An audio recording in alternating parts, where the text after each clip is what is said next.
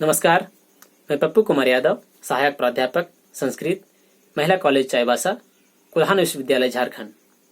आज हम लोग मेघदूत काव्य के पूर्व मेघ के 30वें श्लोक को पढ़ने जा रहे हैं। इससे पूर्व हम लोग 29 श्लोक तक पढ़ चुके थे, जिसमें से 27वें श्लोक में वर्णन आया था कि यक्ष मेघ को कहता है कि हे मेघ, यद्यपि तुम्हारे मार्ग में उज्जैनी नगरी नहीं आएगी, उज्जैनी जाने का मार्ग यद्यपि तुम्हारा वक्र होगा, फिर भी तुम्हें उस उज्जैनी नगरी को अवश्य जाना चाहिए। तुम उस उज्जैनी नगरी को अवश्य जाना, अन्यथा तुम्हारा जीवन व्यर्थ हो जाएगा, तुम वंचित रह जाओगे। अर्थात वहां के प्राकृतिक सौंदर्य को, वहां के सुंदर परिदृश्य को नहीं देख पाओगे। और उसके बाद 2 श्लोकों में जैसा वर्णन आया है कि मेघ निर्विंध्या नदी के जल को ग्रहण करता है, तत्पश्चात सिंधु नदी को पार करते हुए, और अब इस 30वें श्लोक में जैसा वर्णन है कि अब मेघ उस प्रदेश को प्रवेश करने वाला है, उस देश को जाने वाला है जिस देश में वह उज्जैनी स्थित है, और वह देश है अवंती। और उस अवंती देश की राजधानी है अवंतिका, और उसी अवंतिका का नाम उज्जैनी है। उसका एक और नाम विशाला भी है, यानी अवंतिका, उज्जैनी, विशाला सभी एक ही हैं। और जैसा कि उस श्लोक में कहा गया था कि यद्यपि तुम्हारे मार्ग में उज्जैनी नहीं है, फिर भी तुम वहां जाना, इसको पढ़ करके सभी पाठक के मन में यह उत्कंठा अवश्य उत्पन्न होती है कि आखिर वह उज्जैनी है कैसी, वह देश कैसा है जिसमें उज्जैनी स्थित है। तो इन्हीं दोनों प्रश्नों का उत्तर इसमें दिया गया है, यानी अवंती देश और उज्जैनी नगरी का वर्णन इसमें किया गया है। इसके बाद भी कुछ श्लोकों में आया हुआ है, लेकिन यहाँ से उस अवंती देश और उज्जैनी नगरी का वर्णन प्रारंभ होता है। तो आइए सबसे पहले हम लोग उस श्लोक को पढ़ते हैं, फिर उसके शब्दार्थ को जानकर पूरे श्लोक का भाव समझेंगे। प्राप्यावन्ती नुदयन कथा कोविद ग्राम वृद्धान् पूर्वोदिष्टां मनुषरपुरीं श्रीविशालां विशालां स्वल्पीभूतेषु चरितफले स्वर्गिणां गां गतानां शेषः पुण्यैर्हृतमिव दिवः कान्तिमत्खण्डमेकम् शेषः पुण्यैर्हृतमिव दिवः कान्तिमत्खण्डमेकम्। पहले इस श्लोक में आए हुए शब्दों को एक बार देख लेते हैं, फिर अर्थ को समझेंगे। प्रथम चरण में एक ही शब्द का प्रयोग किया गया है, प्राप्यावंती नुदयन कथा कोविद ग्राम वृद्धान। इसमें संधि है, 3 शब्द हैं मुख्यतः इस चरण में। प्राप्य जोड़ अवंतीन जोड़ उदयन कथा कोविद ग्राम वृद्धान। इसमें से प्राप्य का अर्थ होता है प्राप्त करके, प्र उपसर्ग है, आप धातु, लय प्रत्यय लगा हुआ है, यानी प्राप्त करके, पहुंच करके। अवंतीन यानी अवंती, जो देश का नाम है अवंती, उसी का द्वितीय बहुवचन है अवंतीन, यानी अवंती को। कहीं कहीं संस्कृत में देश के नाम के प्रयोग में बहुवचन का प्रयोग होता है, इसीलिए यहाँ भी अवंतीन शब्द का प्रयोग किया गया, अवंतीन पद का, यानी अवंती को। आगे है उदयन कथा कोविद ग्राम वृद्धान। उदयन कथा यानी उदयनस्य कथा, उदयन की कथा, राजा उदयन की कथा, कहानी। कोविद का अर्थ होता है जानना, ज्ञान करना, उसको समझना। और ग्राम यानी गांव, और वृद्धान यानी वृद्धों को। तो पूरे का अर्थ हो जाएगा कि उदयन कथा यानी उदयन कथा को, कोविद यानी जानने वाले, ग्राम वृद्धान यानी गांव के वृद्धों को, यानी उदयन कथा को जानने वाले गांव के वृद्धों को, इसका अर्थ होगा। उदयन की कथा ऐसा है कि सबसे पहले कथा ग्रंथ के रूप में गुणाढ़ द्वारा रचित बृहत कथा थी, वही प्रथम रचना है और वह पैशाची भाषा में लिखी गई थी जिसको बड्ढ कहा कहते हैं और अभी वो उपलब्ध नहीं है। उसी का संस्कृत अनुवाद दो कवियों ने किया है। प्रथम क्षेमेंद्र ने बृहत कथा मंजरी और दूसरे सोमदेव ने कथा सरित सागर। इन दोनों रचनाओं में संस्कृत अनुवाद के साथ उसी बृहत कथा की कथा इसमें वर्णित है। अब इसकी कथा ये है कि वत्स देश के राजा रहते हैं उदयन और अवंती देश के राजा रहते हैं प्रद्योत। तो प्रद्योत की पुत्री थी वासवदत्ता और वह वासवदत्ता एक दिन अपने स्वप्न में उस वत्सराज उदयन को देखती है, उस पर मोहित होती है, उसको पाना चाहती है और किसी प्रकार अपना संदेश उस उदयन के पास, वत्सराज उदयन के पास पहुंचाती है और वह उदयन आ करके और इस वासवदत्ता को हरण करके ले जाता है। यही इसी प्रकार की कथा है उसमें और इसी को आधार मान के बाद में अनेक रचना किए गए हैं, जैसे रत्नावली है, उसके बाद भास का स्वप्न वासवदत्तम है। इन सभी ग्रंथ में भी इसी कथा को आधार मान करके और ये रचना की गई है। अब आगे शब्द आते हैं, उनको देखते हैं। अगला है पूर्वोदिष्टाम अनुसर। पूर्वोदिष्टाम अनुसर, यहाँ किसी किसी पुस्तक में पूर्वोदिष्टाम उपसर ये आता है। पूर्वोदिष्टाम उपसर, उपसरा या अनुसर ये दोनों का एक ही अर्थ है, उपसरा। पहले देखते हैं पूर्वोदिष्टाम। पूर्व उद्दिष्टाम यानी पूर्व में जो कहा गया है, उद्देश्य किया गया है, यानी 27वें श्लोक में जो कहा गया था कि उज्जैनी नगरी, उसी को यहाँ बताया गया है कि पूर्वोदिष्टाम यानी उज्जैनी को। और आगे है अनुसरा यानी अनु उपसर्ग है, श्री धातु है, मध्यम पुरुष एक वचन है, लोट लकार, यानी अनुसरा यानी वहां पहुंचो, उसको देखो। उसके बाद है पूरीम। पूरी का अर्थ होता है नगरी, पूरीम यानी पूरी को, नगरी को। आगे है श्री विशालाम। श्री का अर्थ होता है शोभा, श्री का अर्थ कांति, श्री का अर्थ लक्ष्मी, श्री का अर्थ सुंदरता। तो श्री विशालाम यानी कांति से विशाल, कांति से भरपूर, लक्ष्मी से भरपूर, हर प्रकार के सौंदर्य से विशाला यानी भरी हुई।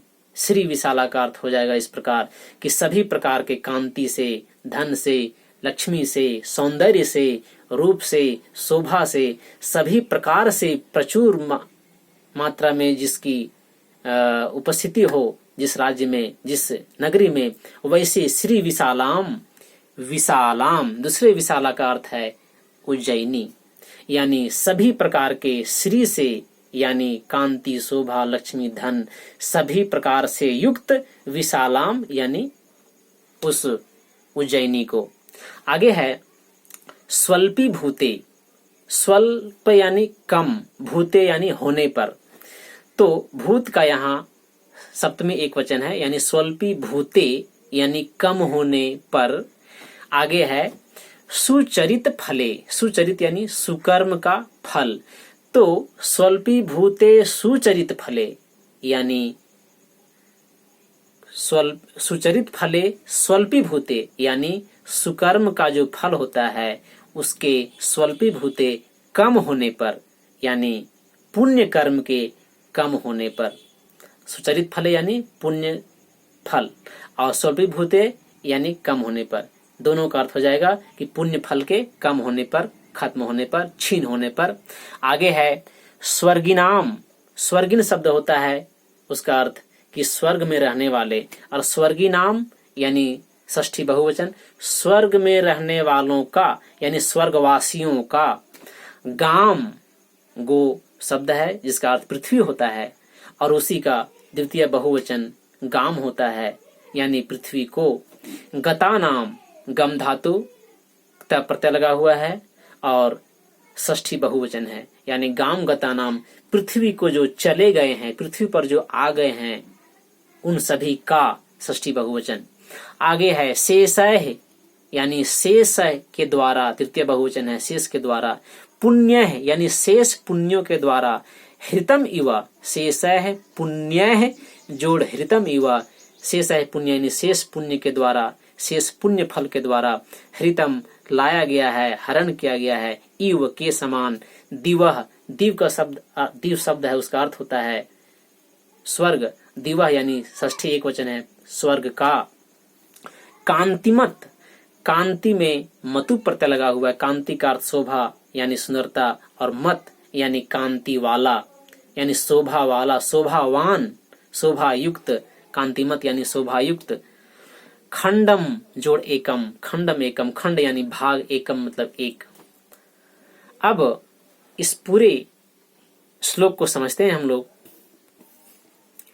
यक्ष मेघ को कहता है कि प्राप्यावंतिन उदयन कथा कोविद ग्राम वृद्धान पूर्वोदिष्टाम अनुसर पूरीम श्री विशालाम विशालाम, यानी उदयन कथा कोविद ग्राम वृद्धान, यानी ऐसा देश जिसमें उदयन की कथा को, वत्सराज उदयन की कथा को जानने वाले वृद्ध हों, वहां के वृद्ध ऐसे हों जहां के वृद्ध उदयन की कथा को जानने वाले हों, जानते हों। वहां घर घर में, गांव गांव में, उस देश में सभी वत्सराज उदयन की कथा को जानते हों।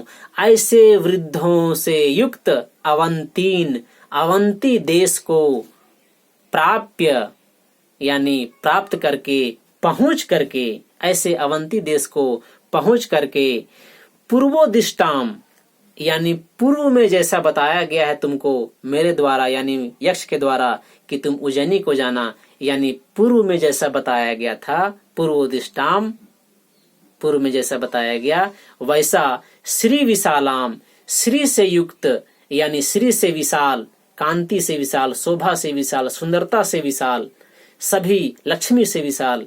इस प्रकार से श्री विशालाम, विशालाम पूरीम, यानी कांति आदि से भरपूर, कांति आदि सौंदर्य से युक्त विशालाम, उज्जैनी को, उस अवंतिका को, उज्जैनी को, पूरीम, उज्जैनी नामक पुरी को, नगरी को, अनुसरा तुम जाना, तुम देखना।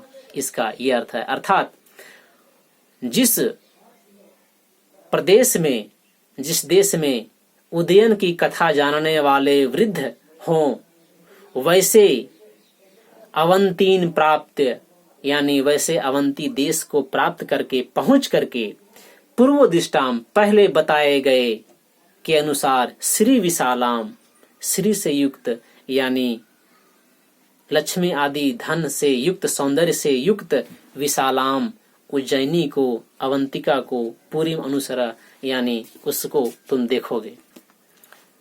अब इसमें बता दिया गया है कि तुम वैसे देश को पहुंचकर, जिस देश में सभी वृद्ध लोग, यानी सभी लोग उदयन की कथा जानते हो, उस देश को पहुंच करके तुम श्री से युक्त, यानी सभी सुंदरता आदि, लक्ष्मी धन आदि से युक्त तुम विशाला को, यानी उज्जैनी को देखोगे।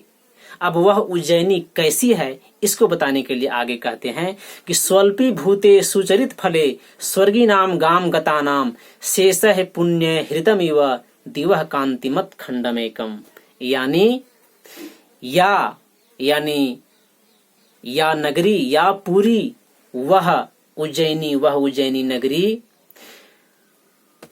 सुचरित फले स्वल्पी भूते, यानी पुण्य फलों के स्वल्पी भूते खत्म होने पर, कम हो जाने पर, गाम गता नाम पृथ्वी को चले गए या पृथ्वी पर वापस आ गए, स्वर्गी नाम यानी स्वर्गवासियों के, शेषः पुण्य है, शेष पुण्य फलों के द्वारा, हृतम लाया गया, दिवह स्वर्ग का, एकम एक, कांति कांतिमत यानी कांति से युक्त, यानी शोभा से युक्त, यानी स्वर्ग की शोभा से युक्त, स्वर्ग की सुंदरता से युक्त, खंडम इव अस्ति यानी खंड के समान, भाग के समान है।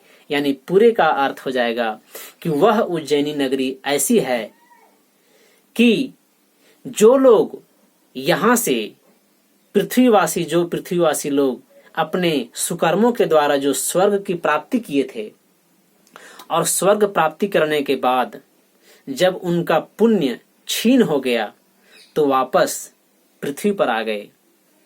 ऐसे वर्णन भी आया है कि स्वर्ग लोक की प्राप्ति अपने कर्मों के द्वारा होती है। जब सुकर्म करते हैं तो पुण्य फल की प्राप्ति होती है, और पुण्य फल के द्वारा ही स्वर्ग की प्राप्ति होती है। जैसा कि दर्शनों में ही बताया गया है, स्वर्ग कामो यजेता, यज्ञ आदि करने पर स्वर्ग की प्राप्ति होती है। अलग अलग दर्शनों में इसको बहुत विस्तार से बताया गया है।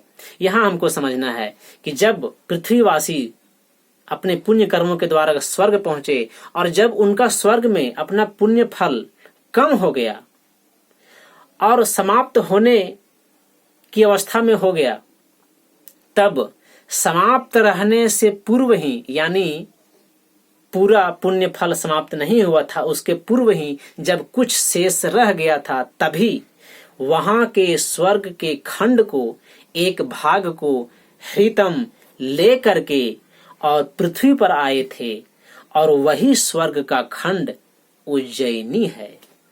यानी इसमें जो बताया जा रहा है कि उदयन कथा कोविद ग्राम वृद्धान अवंतीन प्राप्य पूर्वोदिष्टाम श्री विशालाम विशालाम पुरीम अनुसरा, यानी उदयन की कथा जानने वाले वृद्धों से युक्त अवंती को पहुंच करके, प्राप्त करके, पहले बताए गए पूर्वोदिष्टम, पहले बताए गए श्री विशालाम, कांति आदि से विशाल, कांति आदि से भरा, सौंदर्य से युक्त विशालाम उज्जैनी को तुम, उज्जैनी नगरी को, उज्जैनी पुरी को, नगरी को अनुसरा देखोगे, तुम पहुंचेगे। और पहुंचने के बाद अब बताता है कि वह कैसी है वह उज्जैनी। तब बोलता है कि सुचरित फले स्वल्पीभूते, यानी सुकर्मों का, पुण्य कर्मों का फल कम हो जाने पर, क्षीण हो जाने पर, गाम गतानाम स्वर्गिनाम, यानी पृथ्वी पर वापस आ गए स्वर्गवासियों के शेष ही पुण्य है, शेष रह गए पुण्य फलों के द्वारा, हृतम हर करके, ले करके लाया गया, दिवह एकम कांतिमत खंडम इव वर्तते, यानी स्वर्ग का एक खंड के समान है। अर्थात वह उज्जैनी ऐसा है, उज्जैनी, वह उज्जैनी नगरी, उज्जैनी पुरी, विशालाम पुरीम, यानी वह विशालापुरी, उज्जैनी नगरी ऐसी नगरी है जो ऐसी लगती है कि स्वर्ग का एक टुकड़ा हो, स्वर्ग का एक खंड हो। और वह खंड किनके द्वारा लाया गया है?